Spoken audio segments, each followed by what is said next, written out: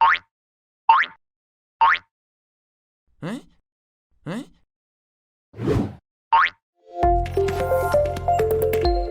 Halo teman-teman, kembali lagi bersama dengan Kadida di kelas Sejarah EduOn. Kalau dengan Kadida berarti kan harus siap-siap ya, karena kita akan kembali ke masa lalu.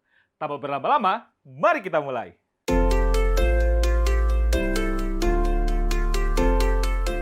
Teman-teman, masih ingat gak sih materi kita mengenai masa pergerakan nasional? Di mana teman-teman sudah mempelajari mulai dari lahirnya pergerakan nasional, terus juga teman-teman sudah melihat masa pergerakan nasional yang disebut sebagai periode awal, terus nasionalisme politik, dan juga radikal hingga masa bertahan. Nah, di antara masa pergerakan teman-teman pasti akan mengingat bahwa masa pergerakan adalah sebuah masa yang disebut sebagai lahirnya berbagai macam organisasi-organisasi di masa pergerakan. Dan salah satu yang menjadi penggerak daripada kemunculan dari organisasi pergerakan yang ada di Indonesia adalah karena adanya tokoh-tokoh yang nantinya terlatih secara intelektual. Dan itulah yang akan kita pelajari teman-teman. Kita akan lebih mendalami materi kita mengenai masa pergerakan, tapi kita akan lebih berfokus terhadap perjuangan dari tokoh-tokoh kemerdekaan. Atau kita bisa sebutkan sebagai bagian dari masa kebangkitan nasional yang akan menjadi pondasi dasar di balik kemunculan kemerdekaan Indonesia. Dan kita akan berfokus terhadap tokoh-tokoh pejuangnya. Dan nantinya kita akan mempelajari setidaknya ada 4 tokoh yang nantinya menjadi bagian dari masa kebangkitan nasional Indonesia. Oke, sebelum kakak masuk ke dalam materinya, seperti biasa kita akan lihat dulu mengenai peta konsep yang akan kita pelajari di dalam materi kita mengenai tokoh-tokoh pejuang kemerdekaan Indonesia masa kebangkitan nasional. Oke, yang pertama teman-teman kita akan mempelajari mengenai Tirto Adi Suryo sebagai salah satu tokoh yang bisa disebut sebagai Bapak Pers Nasional Indonesia. Itu yang pertama. Terus yang kedua teman-teman kita akan mempelajari mengenai Hos Cokro Aminoto atau singkatannya dari Haji Umar Said Cokro Aminoto. Salah seorang tokoh pergerakan yang punya intelektualitas yang sangat tinggi di masanya. Ini yang kedua. Terus yang ketiga teman-teman kita akan mempelajari mengenai Dr. Sutomo. Salah satu tokoh yang sering kita kenal sebagai pendiri dari Budi Utomo. Oke, ini yang ketiga, Dr. Sutomo. Dan yang keempat, teman-teman, atau yang terakhir, kita akan mempelajari sosok bernama Ki Hajar Dewantara sebagai sosok yang kita kenal sebagai Bapak Pendidikan Nasional. Oke, teman, ada 4 konsep yang akan kita pelajari di dalam tokoh-tokoh pejuang kemerdekaan Indonesia di masa kebangkitan nasional. Nah, maka dari itu, teman-teman, mari kita mulai. Teman-teman, mari kita akan bahas konsep kita yang pertama, yaitu kita akan melihat mengenai Tirto Adi Suryo. Kita akan lihat dulu dari biografi singkat Tirto Adi Suryo. Jadi Tirto Adi Suryo sendiri, nama ketika beliau lahir adalah bernama Raden Mas Djoko Mono. Tapi setelah beranjak dewasa, nantinya Raden Mas Djoko Mono akan berubah namanya menjadi Raden Mas Tirto Adi Suryo. Hal ini teman-teman terkait dengan perubahan nama sebenarnya adalah hal yang sangat lumrah banget terutama di masyarakat Jawa ya. Karena pada saat itu masyarakat Jawa ketika sudah beranjak dewasa akan merubah namanya. Dan nantinya kita bisa lihat bahwa Tirto Adi Suryo juga mengalami hal seperti itu. Di mana nantinya beliau ini lahir di Blora di tahun 1880 sampai dengan meninggalnya di tahun 1918. Dan kalau kita lihat secara background keluarganya Tirto Adi Suryo sendiri, Tirto sendiri nantinya lahir atau dibesarkan di lingkungan keluarga bangsawan, terutama bangsawannya yang bangsawan sangat terpandang. Dan nantinya kalau kita lihat bahwa Tirto Adi Suryo sendiri adalah lahir dari 11 bersaudara. Tirto sendiri adalah anak ke-9 dan sepanjang masa kecilnya hingga masa remajanya, nantinya Tirto Adi Suryo ini lebih banyak diasuh oleh kakek dan neneknya. Kakeknya sendiri teman-teman adalah merupakan seorang Bupati Bojonegoro yang sempat mendapatkan penghargaan dari Belanda. Bahkan kalau kita lihat neneknya sendiri teman-teman adalah punya garis keturunan yang nantinya berhubungan dengan Pangeran Sambernyawa. Salah satu nantinya adalah pendiri daripada Mangkunegaran. Salah satu bentuk dari bangsawan yang bisa dikatakan bangsawan yang masih ada kekerabatan kekeluargaan dengan kerajaan atau kekeratonan Surakarta. Dan kalau kita lihat bahwasanya background Tirto Adi Suryo sebagai bangsawan akan mengakibatkan Tirto nantinya mendapatkan kesempatan-kesempatan yang nantinya sangat besar berbanding terbalik dengan rakyat-rakyat pada umumnya. Di mana karena dia berasal dari bangsawan, maka Tirto Adisuryo ini akan mengenyam pendidikan yang lebih baik dibanding dengan para rakyat-rakyat biasa. Dan kalau kita lihat salah satu bentuk daripada pendidikan yang diterima oleh Tirto Adisuryo, nantinya untuk pendidikan dasar teman-teman, Tirto Adisuryo nantinya akan menyelesaikannya di daerah Rembang. Nanti selanjutnya lagi, Tirto Adisuryo akan melanjutkan ke tingkatan menengah yang kita kenal dengan sekolahnya bernama HBS atau Hogere Bugeliske School. Salah satu bentuk sekolah menengah yang hanya bisa diisi oleh para bangsawan atau orang-orang Eropa. Karena tadi ya kita sudah lihat bahwa background Tirto Adisuryo sendiri adalah background bangsawan. Terus selanjutnya setelah menyelesaikan pendidikannya di HBS, akhirnya Tirto Adisuryo ini berkesempatan untuk bergabung di dalam pendidikan. Terutama kita bisa lihat bahwa sekolah tinggi yang akan diterima oleh Tirto Adisuryo adalah berasal dari Stovia atau School tot Opleiding van Inlandse Artsen. Teman-teman bisa ingat bahwa Stovia ini adalah sekolah kedokteran Jawa. Dan kalau kita lihat bahwa Tirto Adisuryo ternyata tertarik juga di dalam bidang kedokteran. Tapi kalau kita lihat di dalam background perkembangan daripada Tirto Adisuryo, bahwa ketika nantinya Tirto masuk ke Stovia, dia ini lebih senang banget untuk bisa menulis. Terutama nantinya akan menjadi salah satu karakter dari Tirto Adisuryo, yaitu karakter yang kuat dari Tirto adalah kemampuannya dalam menulis, terutama nantinya berhasil untuk bisa membedah atau menganalisis terkait dengan problem-problem yang terjadi di masyarakat. Dan Tirto ini nantinya sering banget mengirimkan artikelnya ke berbagai macam surat kabar yang ada di Hindia. Ada yang namanya pemberita Betawi, ada pewarta Priangan, dan lain-lain teman-teman. Dan akhirnya kalau kita lihat bahwa Tirto Adisuryo karena kebiasaannya ketika dia berpendidikan di Stovia, nantinya akan membawa seorang Tirto Adisuryo ini menjadi seorang yang sangat mampu untuk menulis, bahkan nantinya akan menjadi seorang jurnalis yang handal di masa-masa pergerakan. Dan bisa kita katakan bahwa Tirto Adisuryo akan menjadi salah satu elemen yang berhubungan dengan kebangkitan jurnalisme yang ada di Indonesia. Dan itulah sedikit singkat terkait dengan biografi dari Tirto Adisuryo. Nah, selanjutnya mari kita akan lihat kontribusi dari Tirto Adisuryo. Teman-teman, mari kita akan lanjutkan kembali pembahasan kita mengenai Tirto Adisuryo. Kita akan lihat bagaimana sih kontribusi dari Tirto Adisuryo di dalam masa kebangkitan nasional Indonesia. Nah, tadi kakak sudah sampaikan kepada teman-teman bahwa Tirto Adisuryo adalah sosok yang sangat gemar menulis. Bahkan semenjak dari Stovia hingga nantinya dia walaupun tidak selesai pendidikannya di Stovia, Tirto Adisuryo ini senang banget menulis kepada setiap artikel-artikel yang ada di surat kabar di Hindia Belanda. Dan itu yang mengakibatkan Tirto Adisuryo menjadi seorang sosok yang selain gemar menulis, juga nantinya akan menjadi seorang sosok jurnalis yang sangat handal banget. Sehingga kita akan bisa lihat bahwa karir yang akan ditapaki oleh Tirto Adisuryo pasti akan berhubungan dengan hal-hal yang berkaitan dengan tulisan maupun dari bidang jurnalis.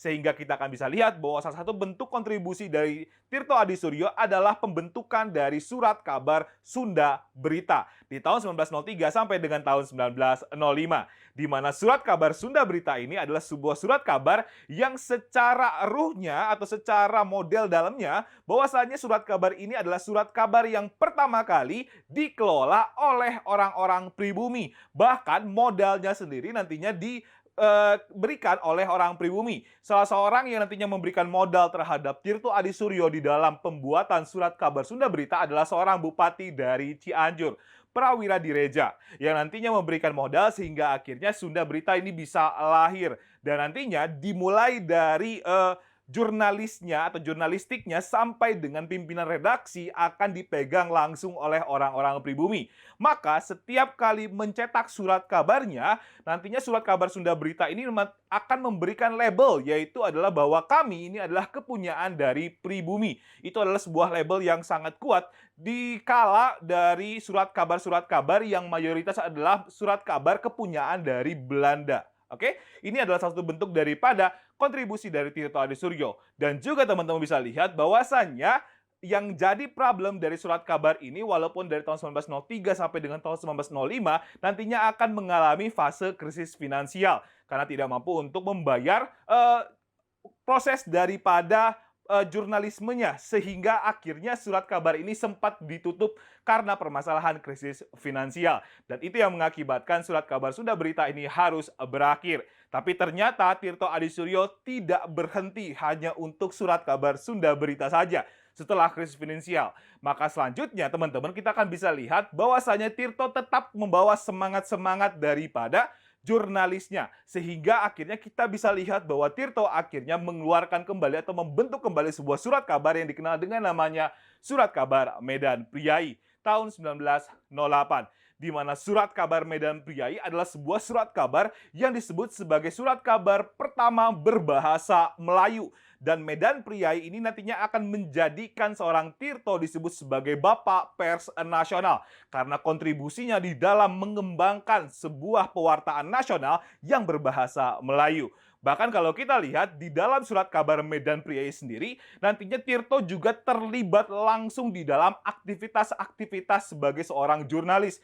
Ikut di dalam melakukan pencarian berita, yang nantinya salah satu bentuk daripada kontribusi terbesar Tirto di dalam Medan Priai adalah keterlibatannya atau penggunaan atau pendekatan dari jurnalisnya dikenal dengan sebutannya adalah jurnalisme advokasi, yaitu membela setiap kaum yang tertindas ini melalui jurnalistik. Ini adalah sebuah metode dari jurnalisme yang sering digunakan oleh beberapa jurnalis untuk bisa membantu para kaum-kaum yang tertindas. Salah satu bentuk daripada keinginan Tirto di dalam membantu kaum-kaum yang tertindas adalah upaya dari Tirto Adisuryo yang mencoba untuk mengungkap sebuah kasus skandal daripada KKN yang terjadi akibat dari pemilihan camat di Purworejo yang nantinya mengakibatkan Tirto Adisuryo ini harus ditangkap karena mencoba untuk mengungkap sebuah skandal KKN. Dan akhirnya dia diasingkan ke wilayah Lampung. Setelah balik lagi ke Jakarta,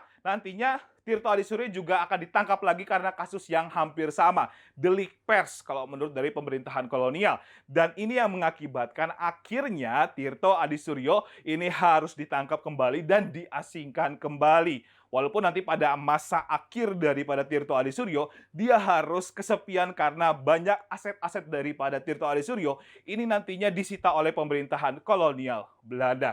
Tapi kalau kita lihat bahwa ternyata Tirto punya jiwa-jiwa jurnalis yang sangat kuat banget, terutama salah satu bentuknya adalah jurnalisme advokasi di mana Tirto mencoba untuk membela kaum yang tertindas dari pihak-pihak penguasa yang dianggap sangat korup. Oke, ini adalah salah satu bentuk daripada surat kabar Medan Priai. Nah, kontribusi yang juga muncul dari Tirto, teman-teman, selain dari bidang jurnalis, ternyata Tirto ini juga punya sebuah sense atau sebuah perasaan yang juga kuat, terutama di dalam bidang ekonomi, teman-teman. Di mana nantinya Tirto Adisuryo juga ikut serta atau bisa dikatakan sebagai seorang pencetus dari pembentukan sebuah organisasi yang dikenal dengan sebutannya adalah Sarekat Dagang Islam.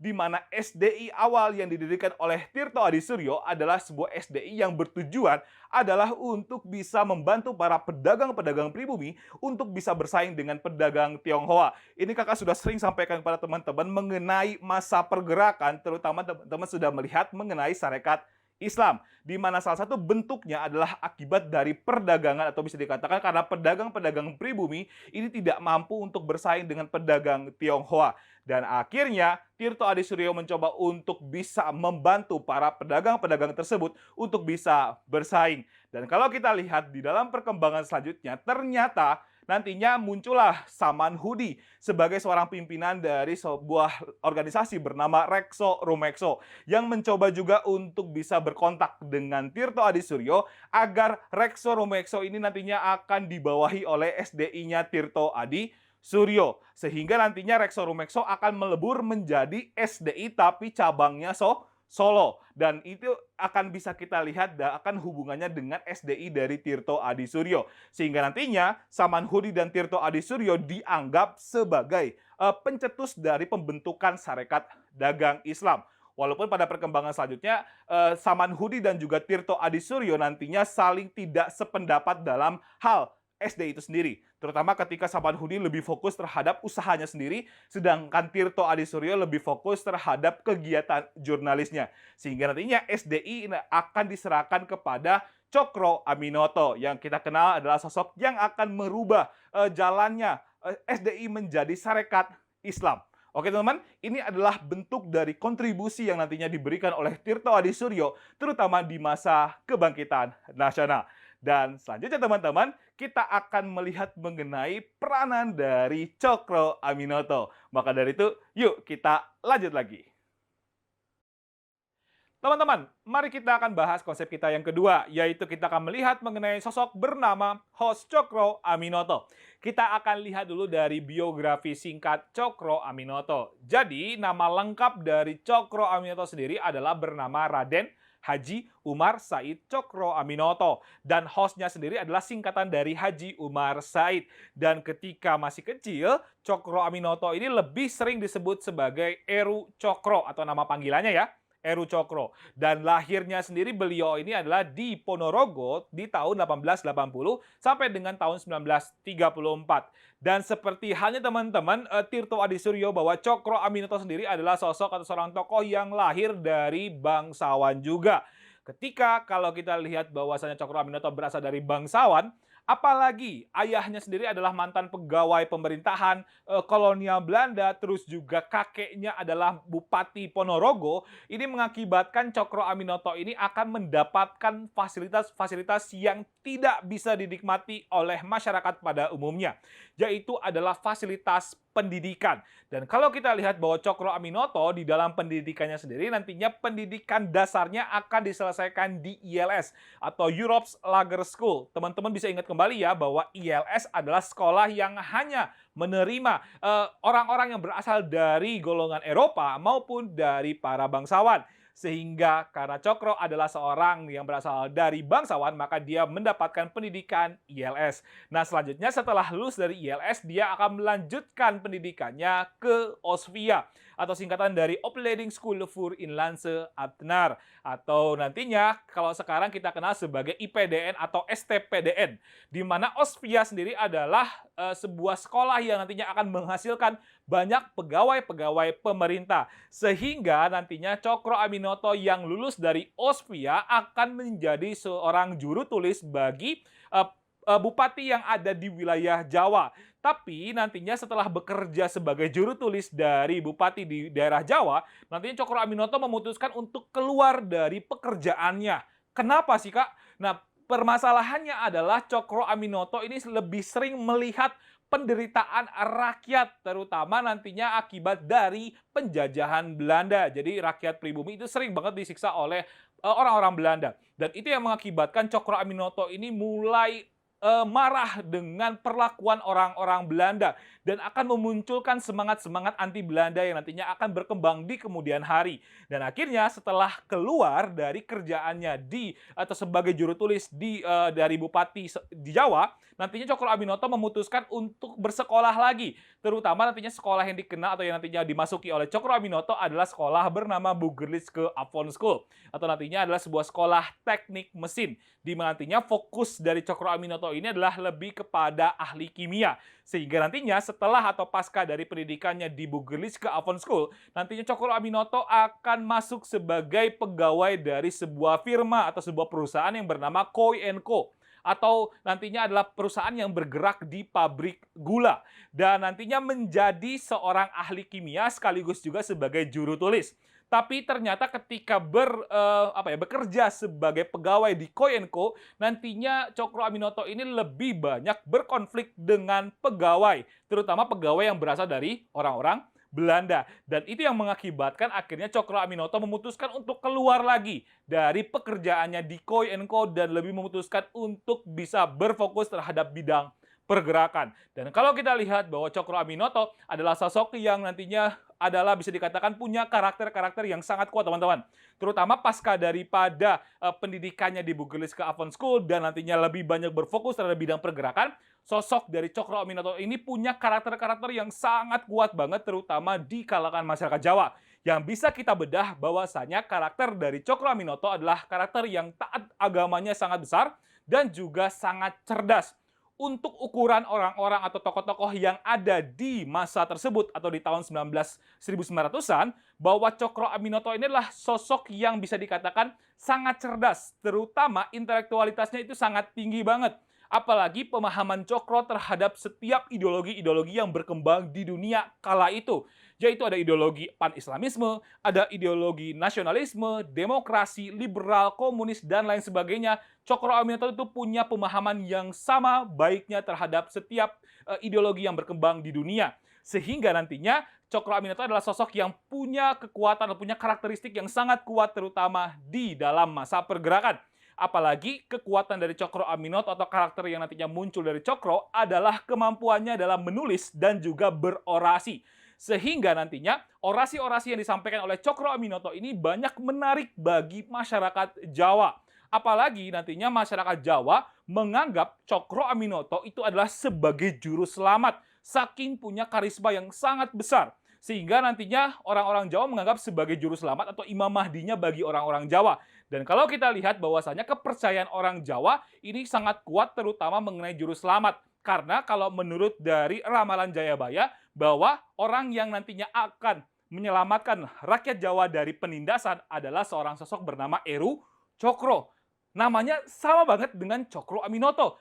Nama panggilannya ketika kecil adalah Eru Cokro. Dan itulah yang menjadikan rakyat Jawa ini nantinya sangat bisa dikatakan sangat menaruh hormat yang sangat besar terhadap Cokro Aminoto. Dan menjadi salah satu poin utama ketika Cokro Aminoto nantinya bergabung di dalam pergerakan nasional. Apalagi teman-teman bisa ingat bahwa Cokro Aminoto adalah sosok yang nantinya akan mengembangkan syarikat Islam hingga nantinya punya banyak jumlah pengikut. Oke teman-teman, itu adalah karakteristik atau juga biografi singkat yang bisa kita bahas dari Cokro Aminoto. Nah, selanjutnya teman-teman, kita akan lihat kontribusi dari Cokro Aminoto terutama di dalam masa pergerakan nasional Indonesia. Teman-teman, mari kita akan lanjutkan kembali mengenai host Cokro Aminoto. Kita akan lihat kontribusi penting dari Cokro Aminoto terutama di masa kebangkitan nasional Indonesia. Kalau kita lihat di dalam perkembangan sejarah teman-teman, terutama di masa kebangkitan nasional, Cokro Aminoto adalah sosok yang nantinya dikenal sebagai seorang guru bangsa, terutama bagi setiap tokoh-tokoh besar yang pernah hadir di dalam sejarah Indonesia. Dan kalau kita lihat bahwasanya rumah Cokro Aminoto sendiri adalah rumah yang nantinya dijadikan sebagai tempat kos.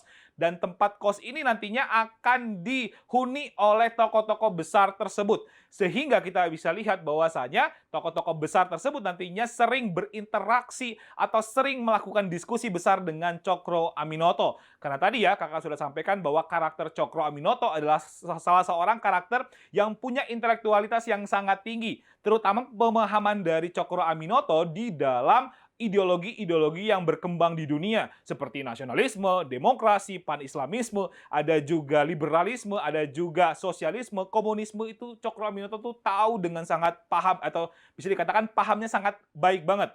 Sehingga nantinya murid-murid yang pernah ngekos sekaligus juga pernah nantinya menjadi murid dari Cokro Aminoto, kita kenal dengan sosok-sosok atau tokoh-tokoh seperti Soekarno, SM Kartosuwiryo, Alimin, Musso, Semaun, dan juga Tan Malaka. Di mana nantinya kalau kita lihat bahwa setiap murid-murid yang pernah berdiskusi dengan Cokro Aminoto adalah murid-murid yang nantinya punya pemahaman ideologi yang berbeda-beda. Walaupun gurunya sama, tapi ternyata muridnya ini beda-beda pahamnya. Kalau kita lihat bahwa Soekarno sendiri adalah punya paham yaitu adalah nasionalisme.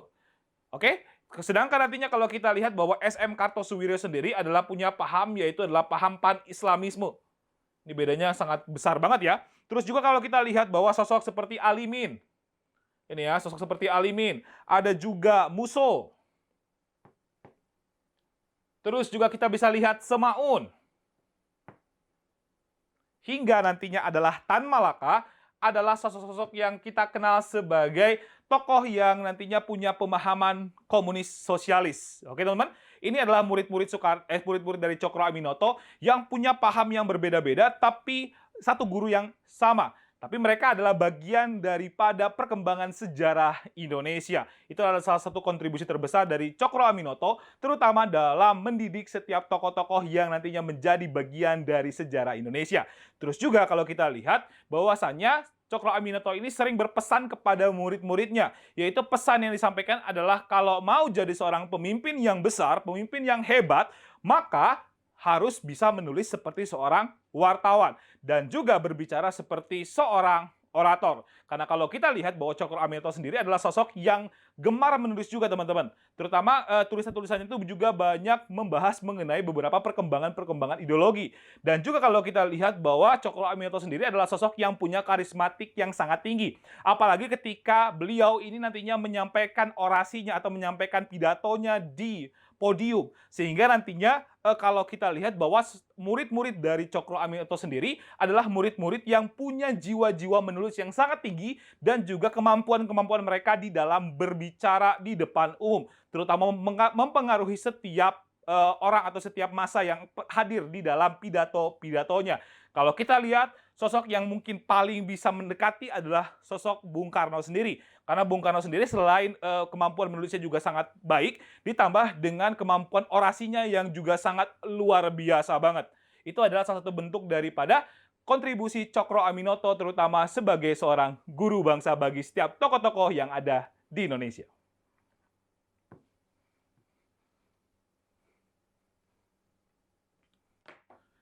Terus juga teman-teman, kalau kita lihat bahwa dalam perkembangan sejarah, Cokro Aminoto selain menjadi seorang guru bangsa, Cokro Aminoto juga punya kontribusi besar di dalam masa kebangkitan nasional, terutama teman-teman bisa lihat dari kemampuan Cokro Aminoto dalam mengembangkan Sarekat Islam.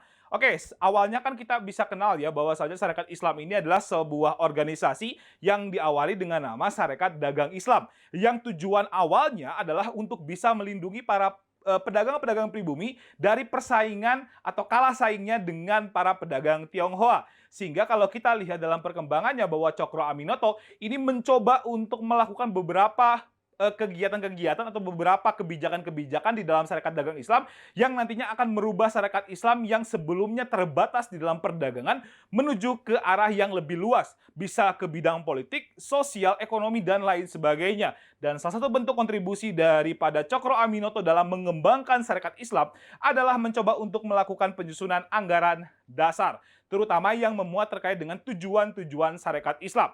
Jadi tujuan Sarekat Islam itu seperti mengembangkan jiwa dagang. Terus juga ada yang namanya tujuannya adalah untuk bisa melindungi para anggota-anggotanya atau membantu para anggotanya. Terus juga meluruskan setiap pemahaman yang salah terhadap agama Islam.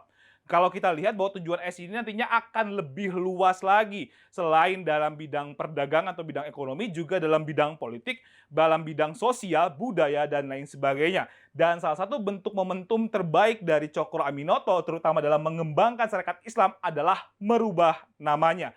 Oke, kalau kita lihat ya bahwa awal nama dari Sarekat Islam adalah Sarekat Dagang Islam. Hanya khusus untuk berdagang. Sedangkan ketika masa Cokro menjadi ketua dari Sarekat Islam atau Sarekat Dagang Islam, maka nantinya rubah namanya menjadi Sarekat Islam. Sehingga tujuannya nantinya akan lebih luas lagi. Itu adalah salah satu bentuk dari upaya Sarekat Islam atau upaya Cokro Aminoto dalam mengembangkan Sarekat Islam. Terus juga kalau kita lihat bahwa Sarekat Islam ini bisa berkembang secara pesat, apalagi keanggotaannya itu berkembang secara banyak banget atau masif banget, adalah karena kemampuan dari Cokro Aminoto sendiri ya, terutama ketika dia berhasil untuk menarik simpati terutama dari masyarakat Jawa untuk bergabung sebagai bagian dari keanggotaan SI. Oke, kalau kita lihat teman-teman bahwa Cokro Aminoto sendiri adalah sosok yang tadi ya kakak sudah sampaikan bahwa dia adalah seorang sosok yang taat beragama dan juga punya intelektualitas yang sangat tinggi. Bahkan kalau kita lihat bahwasanya Cokro Aminoto selain mampu untuk menulis, juga orasinya itu sangat memukau banget. Sehingga nantinya Cokro Aminoto sendiri adalah sosok yang sangat punya karisma yang sangat tinggi. Apalagi teman-teman bahwa Cokro Aminoto sendiri nantinya dipersepsikan oleh masyarakat Jawa sebagai seorang sosok yang disebut sebagai Ratu Adil. Karena dalam kepercayaan masyarakat Jawa, Cokro Aminoto sendiri atau Cokro sendiri adalah sosok yang nantinya dikenal sebagai pembebas dari masyarakat Jawa. Jadi mirip seperti gerakan Mesayah yang ada di beberapa agama-agama besar di dunia ya. Seperti misalkan di Kristen maupun di Islam juga kita kenal dengan munculnya gerakan-gerakan Mesayah. Nah, Cokro Aminoto dianggap oleh masyarakat Jawa sebagai Mesayahnya orang-orang Jawa atau pembebas orang-orang Jawa dari ketertindasan akibat dari penjajahan. Oke, ini adalah salah satu bentuk daripada kenapa nantinya keanggotaan SI ini akan bertambah berkali-kali lipat ketika Cokro Aminoto menjadi ketua dari Sarekat Islam. Oke, selanjutnya lagi teman-teman bahwa Sarekat Islam di masanya Cokro Aminoto juga kita bisa lihat bahwasanya kemampuan daripada Cokro Aminoto dalam mengembangkan syarikat Islam adalah nantinya dianggap sebagai Raja Tapamahkota. Oke, gini maksud kakak ya. Jadi gini, Belanda melihat syarikat Islam ini sebagai sebuah kekuatan yang sangat masif banget. Apalagi melihat seorang sosok Cokro Aminoto. Jadi Cokro Aminoto sendiri ketika dia menjadi ketua dari syarikat Islam, orang-orang Jawa banyak banget yang nantinya ngikut sama syarikat Islam ketika dipimpin oleh Cokro Aminoto. Sehingga Belanda nantinya memberikan label kepada Cokro Aminoto atau gelar disebut sebagai Raja Tanpa Mahkota. Walaupun dia bukan raja, gitu ya, tapi ternyata banyak masyarakat Jawa yang sangat terinspirasi atau bisa dikatakan sangat ngikut banget sama Cokro Aminoto. Dan itulah yang menjadi salah satu poin terkuat dari Cokro Aminoto, terutama dari sisi karismatiknya sebagai seorang sosok yang punya kontribusi besar di dalam masa kebangkitan nasional. Dan sehingga nantinya selain Cokro Aminoto disebut sebagai Raja Tanpa Mahkota, nantinya syarikat Islam sendiri disebutnya juga sebagai kebakaran di padang rumput kering. Jadi seorang gubernur jenderal bernama Edinburgh ini nantinya memberikan label kepada syarikat Islam sebagai kebakaran di padang rumput kering. Kenapa disebut sebagai kebakaran di padang rumput kering, Kak? Itu jadi pertanyaan ya. Nah, karena keanggotaan syarikat Islam ini kan sangat banyak banget. Dan hampir ribuan orang nantinya masuk sebagai bagian dari keanggotaan syarikat Islam. Bahkan nantinya kalau kita lihat dalam perkembangannya, Cokro Aminoto sendiri atau keanggotaan syarikat Islam sendiri nantinya sering banget menganggap Cokro Aminoto itu sebagai seorang sosok yang disebut sebagai tadi Ratu Adil. Bahkan kalau anggota-anggota syarikat Islam sendiri nantinya sering menganggap bahwa kartu keanggotaan syarikat Islam itu dianggap sebagai jimat, teman-teman. Jadi karena dianggap sebagai jimat, maka nantinya mereka bisa berlaku seenaknya. Nah, itu yang nantinya mengakibatkan anggota-anggota syarikat Islam, terutama yang berada di grassroots atau di akar rumput, ini sering banget bentrok dengan orang-orang Belanda maupun para pedagang Tionghoa. Sehingga akhirnya karena sering nantinya ada bentrok antara anggota-anggota syarikat Islam di akar rumput dengan para pedagang-pedagang Tionghoa dan juga orang-orang Belanda, akhirnya orang Belanda menyebut SI sebagai kebakaran di padang rumput kering. Seperti rumput kering, ketika dipantik sedikit, nantinya akan kebakaran. Dan itulah salah satu bentuk yang nantinya muncul daripada syarikat Islam. Karena syarikat Islam bisa kita labeli sebagai organisasi massa terbesar yang pernah ada di Indonesia.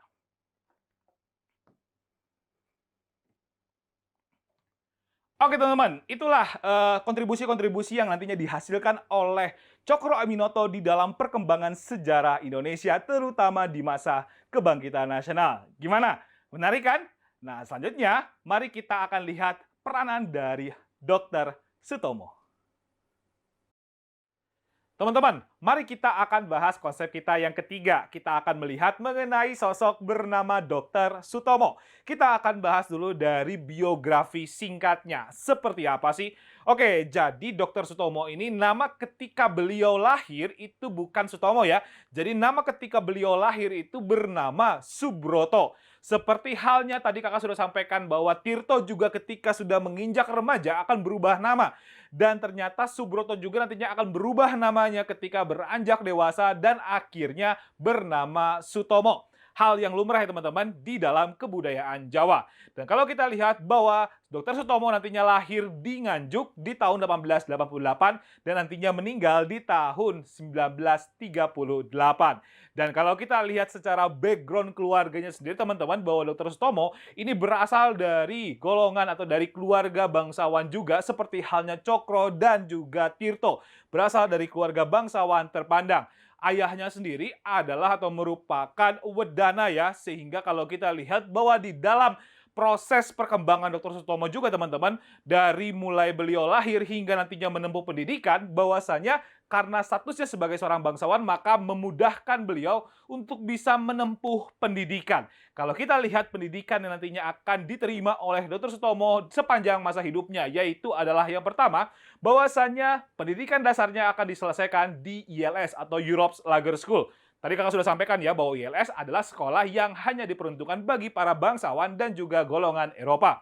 Dan nantinya setelah lulus dari ILS akan melanjutkan sekolahnya ke Sekolah Kedokteran Jawa atau lebih dikenal dengan Schooltut Opleiding van Inlandse Artsen atau singkatan dari STOVIA. Dan kalau kita lihat akhirnya Sutomo menjadi bagian yang tidak bisa terlepas juga di dalam perkembangan dari Budi Utomo. Kita akan bahas di dalam kontribusi penting dari Dr. Sutomo. Tapi teman-teman bisa pahami bahwa Dr. Sutomo nantinya akan mendapatkan gelarnya sebagai seorang dokter ini dari Stovia. Walaupun dalam perkembangan saja teman-teman, Sutomo sendiri nantinya pasca daripada pendidikannya di Stovia memutuskan untuk menempuh pendidikan ke Belanda hingga ke Jerman terus balik lagi ke Indonesia. Itu adalah beberapa poin penting dari pendidikan yang nantinya ditempuh oleh Dr. Sutomo. Nah, selanjutnya juga teman-teman bahwasanya Dr. Sutomo ini punya beberapa karakter-karakter yang nantinya bisa kita gali untuk bisa pelajari mengenai Dr. Sutomo, yaitu karakternya adalah sifatnya yang sangat moderat dan juga sangat konservatif. Jadi definisi dari moderat sendiri adalah ketika Dr. Sutomo ini tidak anti terhadap setiap perubahan-perubahan yang terjadi, bahkan cenderung bisa menerima berbagai macam pemahaman-pemahaman yang baru. Dan kalau kita lihat di dalam karakternya yang sangat konservatif adalah ketika Dr. Sutomo ini lebih cenderung untuk bersikap sangat hati-hati. Terutama sikap hati-hati yang diterapkan oleh Sutomo adalah berkaitan dengan bidang politik. Nanti kita akan lihat sejauh mana sifat moderat dari Dr. Sutomo dan juga sifat dari konservatifnya Dr. Sutomo, terutama di dalam kontribusi penting yang dihasilkan oleh Dr. Sutomo, terutama di masa kebangkitan nasional. Nah, selanjutnya mari kita akan lihat berkaitan dengan kontribusi yang diberikan oleh Dr. Sutomo. Teman-teman, mari kita akan lanjutkan kembali pembahasan kita mengenai Dr. Sutomo. Kita akan lihat bagaimana sih kontribusi yang nantinya diberikan oleh Dr. Sutomo terutama di masa kebangkitan nasional. Yuk kita akan bahas satu persatu. Nah, yang pertama teman-teman, kita akan lihat bahwasanya Dr. Sutomo adalah sosok yang kita akan kenal sebagai sosok pendiri bersama dengan Wahidin Sudirohusodo dalam membentuk organisasi modern pertama kali yang pernah ada di Indonesia, yaitu kita kenal sebagai Budi Utomo. Dan Budi Utomo adalah sebuah organisasi modern yang bisa dikatakan sebagai pilar dari kebangkitan nasional Indonesia.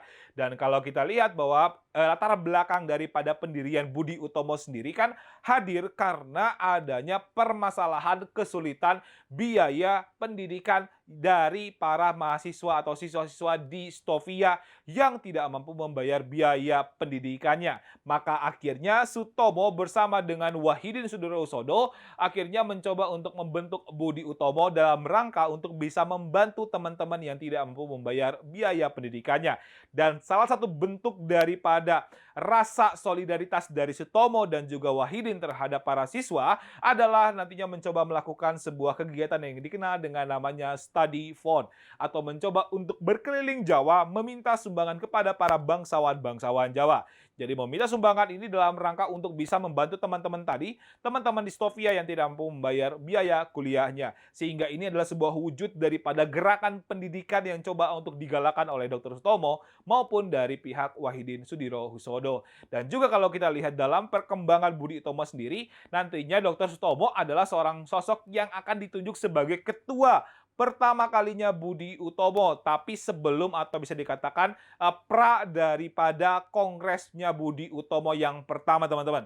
Tapi nantinya untuk misalkan yang berkaitan dengan hal-hal yang berbau dengan pendidikan atau gerakan awal dari Budi Utomo sendiri, nantinya akan diketuai oleh Dr. Sutomo. Oke teman-teman, ini adalah salah satu bentuk dari kontribusi dari Dr. Sutomo di dalam masa kebangkitan nasional. Dan setelah nanti kita lihat bahwa pasca dari kongres dari Budi Utomo, ternyata kan Budi Utomo ini lebih banyak diisi oleh para priai-priai atau bisa dikatakan para elit-elit bangsawan Jawa. Dan akhirnya Budi Utomo ini nantinya akan menjadi sebuah organisasi yang sangat kolot banget karena hanya mementingkan budaya Jawa dan juga pendidikan serta budaya Jawa. Maka dari itu nantinya banyak daripada para pemuda-pemuda yang tergabung dalam Budi Utomo yang memutuskan untuk keluar dari Budi Utomo, termasuk Dr. Sutomo yang nantinya lebih mementingkan pendidikan atau melanjutkan pendidikan kedokterannya. Maka akhirnya Dr. Sutomo ini mencoba untuk melanjutkan pendidikannya ke Belanda dan akhirnya bergabung dengan organisasi di negeri Belanda yang kita kenal dengan sebutannya Perhimpunan Indonesia. Dan Sutomo nantinya adalah seorang sosok yang dikenal luas oleh para aktivis di Perhimpunan Indonesia karena disebutnya sebagai anggota yang paling dituakan oleh para anggota-anggota Perhimpunan Indonesia. Dan kalau kita lihat dalam perkembangannya bahwa Dr. Sutomo juga nantinya pernah menjadi atau sempat menjadi ketua dari Perhimpunan Indonesia.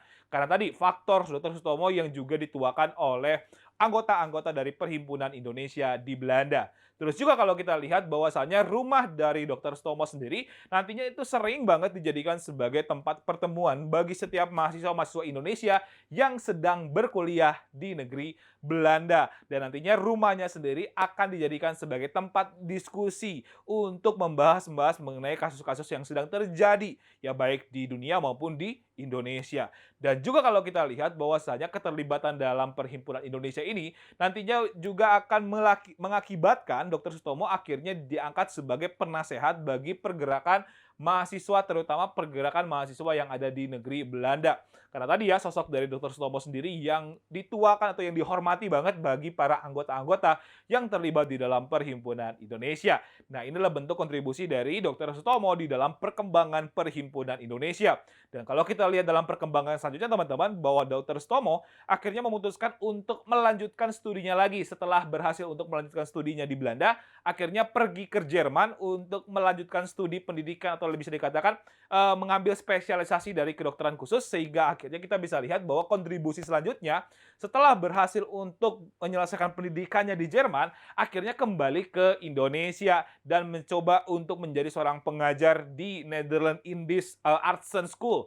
Jadi sebuah sekolah kedokteran juga yang nantinya didirikan di wilayah Surabaya. Dan kalau kita lihat dalam perkembangannya ternyata Dr. Sutomo ini selain juga sampai ke Indonesia dan akhirnya menjadi pengajar di NIAS tadi, Dr. Sutomo juga mencoba untuk bergabung dengan organisasi-organisasi pergerakan yang sudah ada di Indonesia. Jadi ibaratnya Dr. Sutomo ini juga masih punya hasrat untuk ikut terlibat di dalam organisasi-organisasi pergerakan. Tapi pas mau masuk ke Budi Utomonya kan terlalu kolot. Jadi karena terlalu atau pemikirannya kebanyakan adalah para elit atau para priai, terus juga terlalu Jawa sentris, sedangkan Dr. Sutomo adalah seorang sosok yang sangat moderat ya. Jadi Dr. Sutomo akhirnya mengurungkan niat untuk bergabung sebagai bagian dari Budi Utomo dan akhirnya mencoba untuk bergabung kalau nggak ke Sarekat Islam, ke PKI. Tapi pas lihat Sarekat Islam dan PKI ternyata dua organisasi ini ternyata terlalu dikotomis atau terlalu terpisah, terlalu Islam, yang satu terlalu Islam banget, yang satu terlalu komunis banget.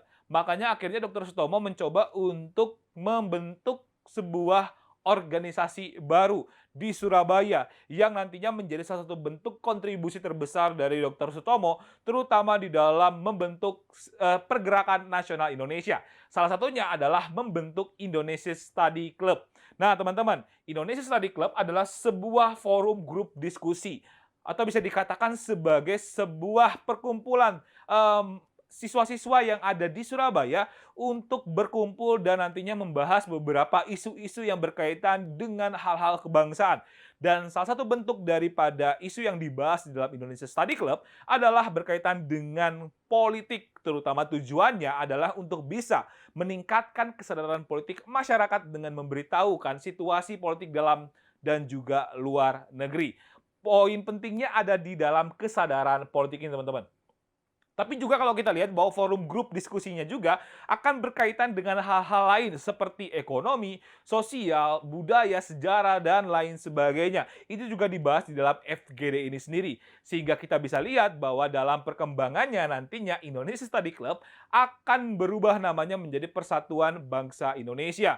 Dan teman-teman bisa lihat ya bahwa Indonesia Study Club adalah sebuah forum grup diskusi yang akan mempengaruhi sosok yang kita kenal dengan pembentukan dari PNI sendiri, di mana Soekarno adalah sosok yang sangat terinspirasi dari terbentuknya Indonesia Study Club dan akhirnya membentuk Algemene Study Club di Bandung dan akhirnya membentuk PNI. Sedangkan kalau kita lihat dalam perkembangannya, Indonesia Study Club akan berubah namanya menjadi Persatuan Bangsa Indonesia. Punya tujuan yang nantinya akan lebih jelas lagi terutama di dalam pergerakan nasional. Oke, nah selanjutnya lagi kita akan lihat bagaimana sih kontribusi dari Dr. Sutomo. Tapi sebelumnya kakak hapus dulu ya.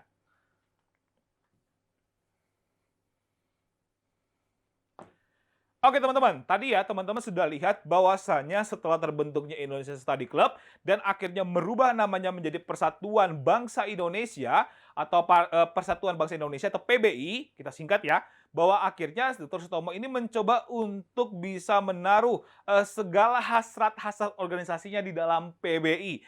Tapi akhirnya dalam perkembangan selanjutnya bahwasannya Dr. Sutomo juga menginginkan agar PBI ini nantinya bisa berkembang secara lebih besar lagi, terutama bisa terlibat di dalam keanggotaan Volksrat.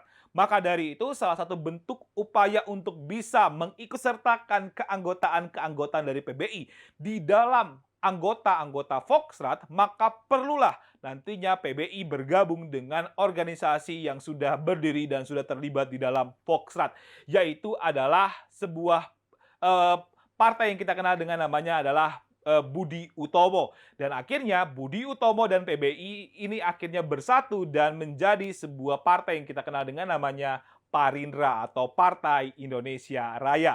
Di mana tadi ya teman-teman bahwa Parindra sendiri adalah sebuah organisasi yang merupakan gabungan dari dua organisasi besar, yaitu ada dari Budi Utomo dan juga PBI. Sehingga tujuan yang ingin dicapai oleh Parindra adalah untuk bisa mencapai Indonesia Raya dan juga mulia. Dan teman-teman bisa lihat ya bahwasanya tujuannya ini nantinya akan bisa dilakukan atau bisa dilaksanakan itu adalah melalui sidang Volksrat atau keterlibatan dari anggota Parindra di dalam Volksrat ini menjadi kunci untuk bisa mencapai Indonesia Raya dan mulia. Sebenarnya kalau kita lihat teman-teman bahwa Indonesia Raya dan mulia ini juga adalah sebuah pemikiran yang nantinya disematkan oleh Dr. Sutomo terhadap tujuan dari Parindra sendiri. Karena tadi ya, walaupun kita lihat bahwa Dr. Sutomo adalah seorang sosok yang moderat, tapi setiap langkah politiknya ini benar-benar sangat hati-hati banget. Atau beliau ini adalah seorang tokoh yang sangat konservatif banget, sesuai dengan karakternya. Mencoba untuk bisa mencapai Indonesia Raya dan mulia, tapi tidak mencantumkan Indonesia merdeka. Tidak seperti organisasi-organisasi lain yang mencoba untuk mencantumkan Indonesia merdeka. Terlalu keras menurut Sutomo. Maka Sutomo menganggap bahwasanya perlulah penerapan Indonesia Raya dan mulia adalah sebagai bentuk dari langkahnya yang sangat hati-hati banget di dalam pengambilan langkah politik. Oke teman-teman, ini adalah salah satu juga bentuk daripada kontribusi dari Dr. Sutomo, terutama di dalam masa kebangkitan nasional Indonesia.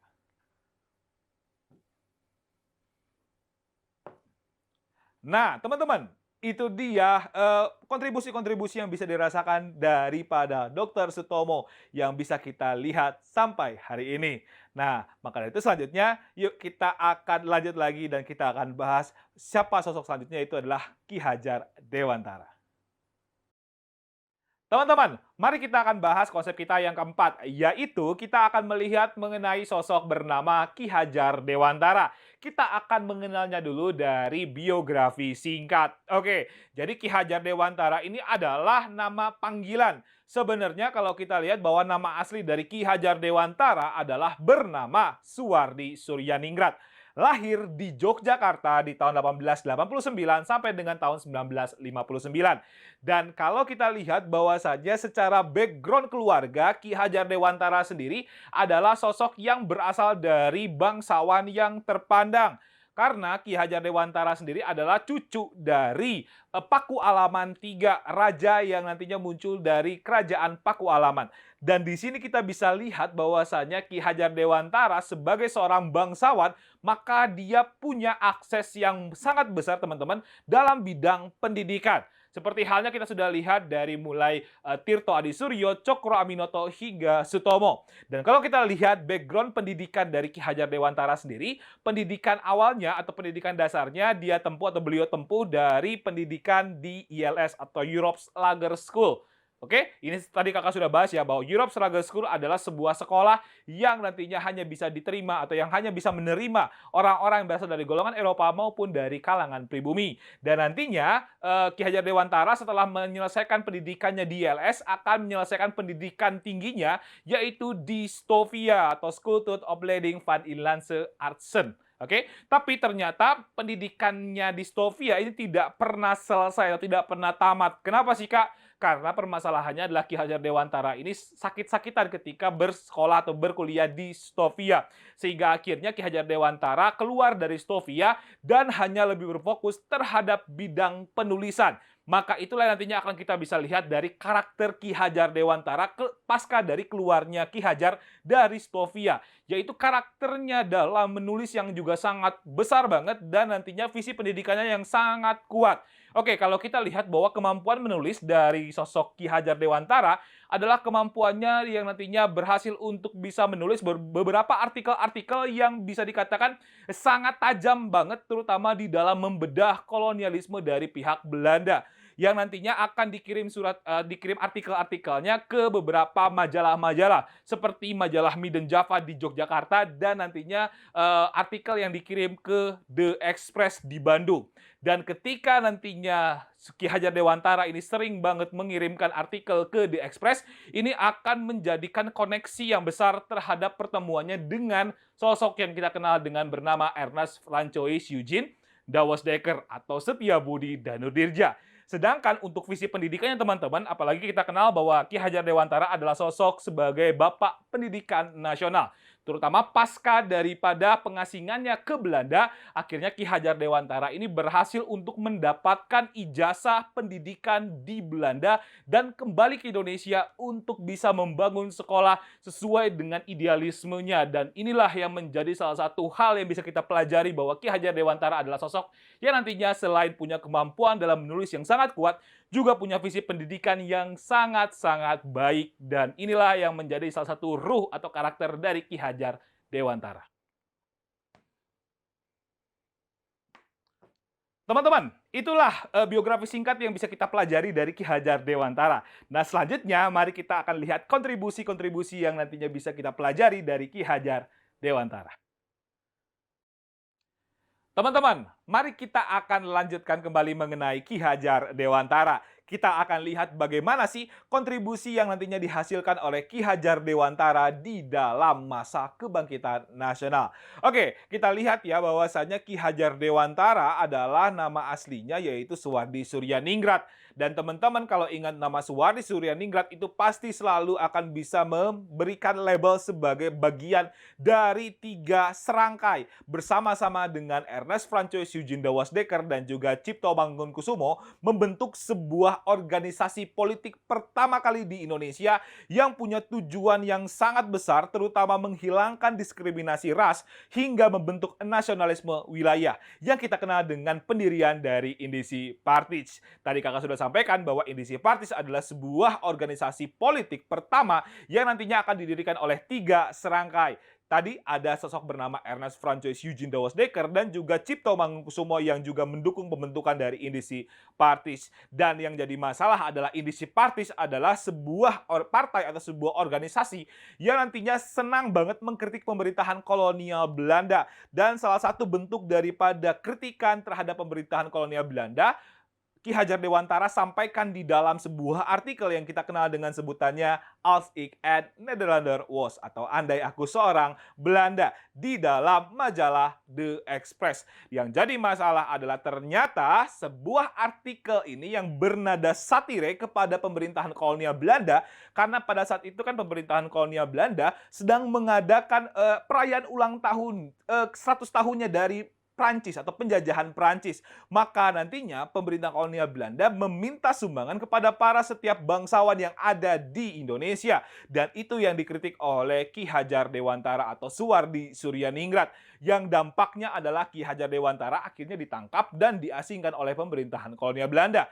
Teman-temannya juga ternyata mendukung terkait dengan bisa dikatakan mendukung artikel yang disampaikan oleh Ki Hajar Dewantara. Maka mereka juga menulis artikel yang mendukung artikel daripada Ki Hajar dan akhirnya ketiga tokoh ini ditangkap dan diasingkan ke negeri Belanda. Dan teman-teman bisa ingat kembali bahwa Ki Hajar Dewantara adalah menjadi sosok yang juga akan merubah haluan dari Perhimpunan Indonesia yang sebelumnya hanya berfokus terhadap hal-hal yang bersifat budaya menjadi hal-hal yang akan bersifat politik. Dan teman-teman bisa lihat bahwa akhirnya Ki Hajar Dewantara beserta dengan 3 serangkainya menjadi bagian yang juga tidak bisa terlepas dari perubahan Perhimpunan Indonesia. Selain juga mendirikan Indisi Partis. Apakah selesai daripada pendirian Indisi Partis ketika 3 serangkai dibuang ke negeri Belanda? Ternyata perjuangan dari Ki Hajar Dewantara tidak berhenti sampai dengan saat itu. Kalau kita lihat bahwasanya Ki Hajar Dewantara nantinya akan menyelesaikan pendidikannya atau pendidikan keguruannya di Belanda dan akhirnya kembali lagi ke Indonesia. Nah, di Indonesia setelah berhasil menyelesaikan pendidikan gurunya, akhirnya Ki Hajar Dewantara membentuk sebuah sekolah yang nantinya disebut sebagai sekolah alternatif yang ada di Indonesia yang bisa dikatakan sebagai alternatif terhadap sistem atau sistem pendidikan yang diterapkan oleh pemerintahan kolonial Belanda yang kita kenal dengan pendirian dari Taman Siswa, di mana pendirian Taman Siswa adalah sebuah sekolah yang bisa dikatakan pada saat itu menjadi sekolah alternatif dan juga sangat booming banget di kalangan pribumi.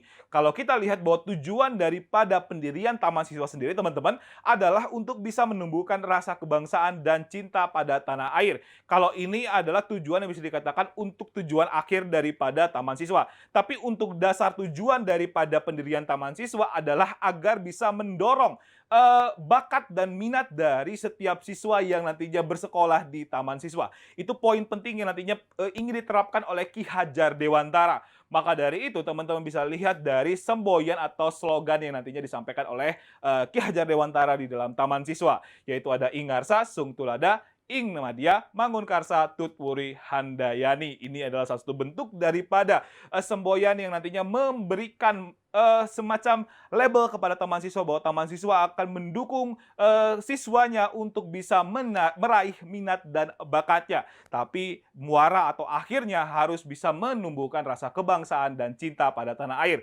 Dan tadi kakak sudah sampaikan juga bahwa Taman Siswa adalah sebuah sekolah yang nantinya banyak banget juga tumbuh besar terutama di wilayah Jawa. Dan ini ternyata mengkhawatirkan bagi pihak kolonial Belanda. Karena menurut pemerintahan kolonial Belanda, pendirian dari sekolah-sekolah alternatif, terutama sekolah Taman Siswa, akan mengancam bagi sistem pendidikan yang diterapkan oleh pemerintahan kolonial Belanda. Maka dari itu, setelah terbentuknya Taman Siswa, pemerintahan kolonial Belanda akhirnya mengeluarkan kebijakan yang kita kenal dengan sebutannya adalah Wildenskolen Ordonnantie, atau sebuah kebijakan untuk bisa membatasi ruang gerak dari sekolah-sekolah yang dianggap oleh pemerintahan kolonial itu adalah sekolah liar.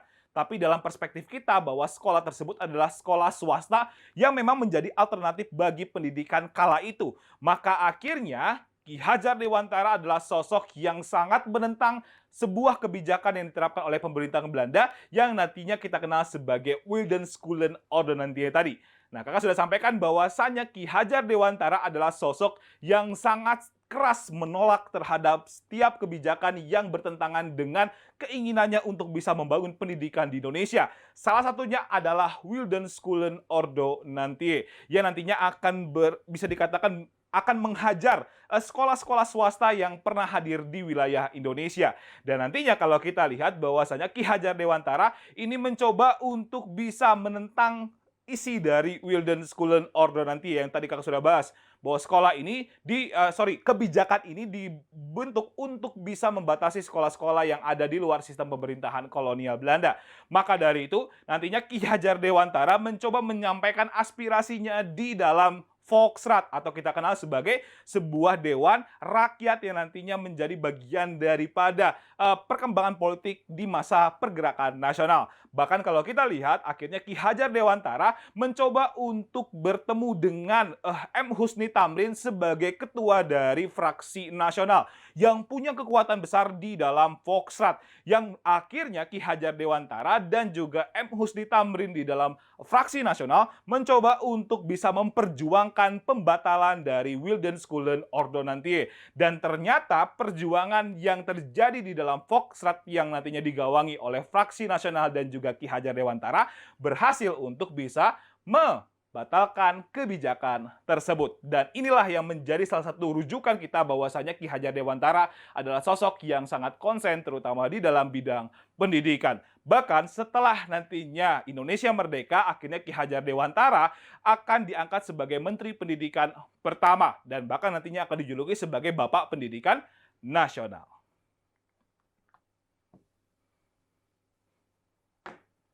Oke teman-teman, itulah kontribusi yang dihasilkan oleh Ki Hajar Dewantara terutama di masa kebangkitan nasional. Nah selanjutnya kita akan lihat kesimpulannya. Teman-teman, mari kita tarik kesimpulan dari materi kita mengenai tokoh-tokoh pejuang kemerdekaan Indonesia masa kebangkitan nasional. Yuk, kita akan lihat setidaknya tadi kita sudah bahas ada 4 tokoh yang nantinya muncul di masa kebangkitan nasional. Yang pertama kita sudah membahas mengenai kemunculan dari tokoh bernama Tirto Adi Suryo. Di mana Tirto Adi Suryo kita bisa sematkan gelar kepada beliau adalah sebagai Bapak Pers Nasional. Kenapa disebut sebagai Bapak Pers Nasional? Karena Tirto Adi Suryo ini adalah sebagai perintis dari persurat kabaran dan juga kewartaan yang ada di Indonesia. Dan kalau kita lihat dalam biografinya, Tirto Adi Suryo sendiri adalah sosok yang dari mudanya senang banget nulis dan juga senang banget terlibat di dalam kegiatan-kegiatan jurnalistik. Dan kalau kita lihat kontribusi-kontribusi penting yang berkaitan dengan Tirto Adi Suryo. Yang pertama adalah kita sudah lihat bahwa Tirto Adi Suryo membentuk yang namanya Sunda Berita. Sebuah surat kabar yang diasuh oleh orang-orang pribumi, mulai dari jurnalisnya sampai dengan pimpinan redaksinya. Nantinya akan dipegang oleh orang-orang pribumi. Ini adalah salah satu kontribusi penting dari Tirto Adi Suryo. Terus yang kedua teman-teman yang berkaitan dengan kontribusi dari Tirto Adi Suryo adalah membentuk Medan Priai. Nah, selain diasuh oleh orang-orang pribumi, Medan Priai adalah surat kabar pertama yang berbahasa Melayu. Sebagai bagian yang nantinya juga kontribusi pentingnya Tirto Adi Suryo di dalam masa kebangkitan nasional. Dan yang terakhir teman-teman yang berkaitan dengan Tirto Adi Suryo terutama dalam kontribusinya adalah ketika Tirto Adi Suryo juga turut di dalam membentuk atau menjadi pencetus dari pendirian Sarekat Dagang Islam. Bersama-sama dengan Haji Samanhudi membentuk Sarekat Dagang Islam untuk bisa melindungi para pedagang-pedagang pribumi yang kalah saing terhadap para pedagang-pedagang Tionghoa. Oke, ini adalah kesimpulan dari Tirto Adi Suryo. Terus juga tadi kita sudah membahas teman-teman sosok yang kedua, yaitu kita kenal dengan tokoh bernama Hos Cokro Aminoto. Di mana kita bisa lihat bahwa Cokro Aminoto nantinya akan mendapatkan gelar dari pihak Belanda ini sebagai Raja Tanpa Mahkota. Kenapa disebut sebagai Raja Tanpa Mahkota? Karena tadi ya, Cokro Aminoto adalah seorang sosok yang punya karisma yang sangat besar banget di masyarakat Jawa. Apalagi Cokro Aminoto dianggap sebagai ratu adilnya orang-orang Jawa untuk membebaskan orang-orang Jawa dari ketertindasan akibat dari penjajahan. Dan juga kalau teman-teman bisa lihat bahwasanya salah satu gelar yang disematkan kepada Cokro Aminoto adalah Cokro Aminoto disebut sebagai guru bangsa bagi setiap tokoh-tokoh nasional yang pernah mewarnai pergerakan hingga masa kemerdekaan Indonesia. Sehingga kalau kita lihat bahwa kontribusi-kontribusi penting dari Cokro Aminoto yaitu yang pertama adalah ketika Cokro Aminoto nantinya menjadi seorang guru bagi setiap tokoh-tokoh nasional. Seperti tadi kakak sudah sampaikan, ada Soekarno, ada Kartosuwiryo, ada Musso, ada Alimin, ada Semaun, Tan Malaka setidaknya pernah nantinya terlibat atau pernah berhubungan atau berpendidikan dengan Cokro Aminoto. Oke, ini adalah salah satu kontribusi pertama yang nantinya lahir dari Cokro Aminoto. Terus juga tadi kita sudah lihat bahwasanya Cokro Aminoto adalah sosok yang karena punya karisma yang sangat besar, maka nantinya Cokro Aminoto adalah salah seorang yang nantinya disebut sebagai pengembang dari Sarekat Islam. Jadi pasca berganti nama dari Sarekat Dagang Islam ke Sarekat Islam di masa ketuanya Cokro Aminoto ini nantinya mendapatkan keanggotaan yang pesat banget.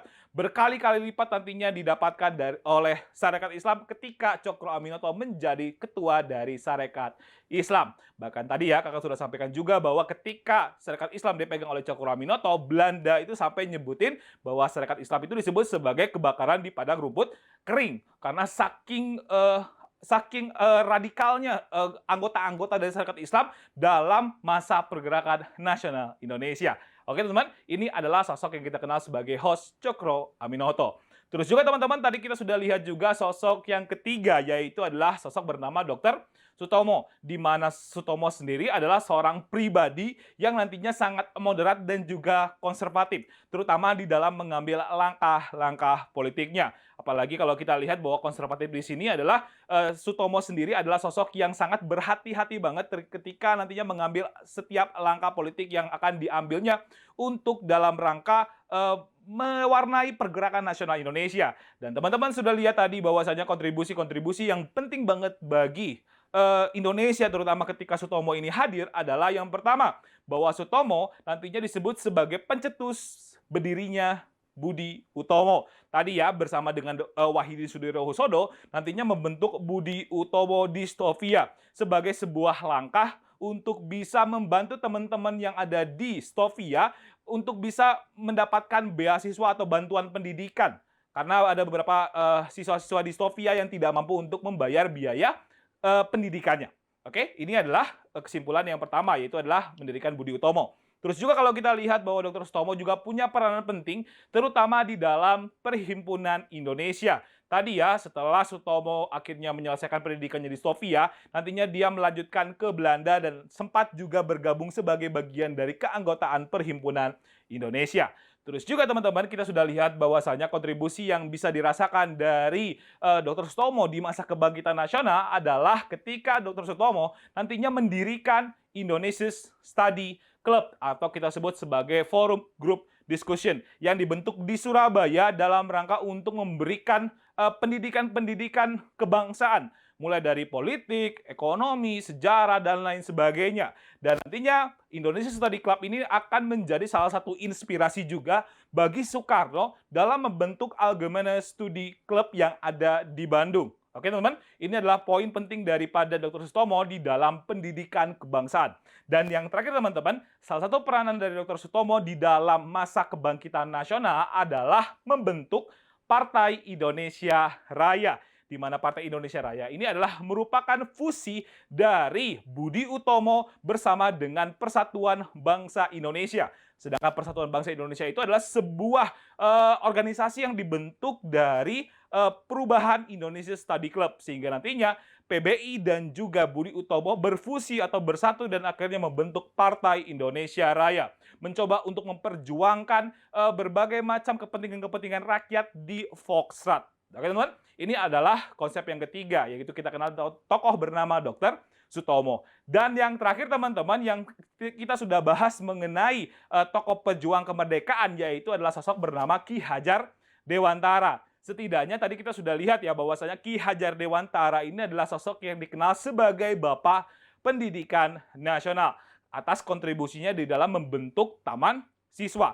Oke, kita akan lihat beberapa kontribusi-kontribusi penting yang nantinya dihasilkan oleh Ki Hajar Dewantara. Apa aja sih? Oke, yang pertama teman-teman adalah Ki Hajar Dewantara nantinya adalah sebagai pencetus dari pendirian Indisi Partij bersama-sama dengan Ernest Francois Eugene Dawasdekker dan juga Cipto Mangunkusumo, menjadi salah satu organisasi politik pertama yang pernah hadir di Indonesia dan banyak juga mengkritik pemerintahan kolonial Belanda. Ini adalah kontribusi pertama yang dihadirkan oleh Ki Hajar Dewantara. Terus yang kedua teman-teman, kita bisa lihat bahwa Ki Hajar Dewantara nantinya adalah sosok yang setelah pengasingannya dari Belanda mencoba untuk mendirikan sekolah taman siswa. Menjadi salah satu sekolah yang sangat alternatif atau sekolah alternatif yang nantinya banyak banget diminati oleh masyarakat Indonesia sebagai alternatif dari sekolah-sekolah yang dibentuk oleh pemerintahan kolonial Belanda.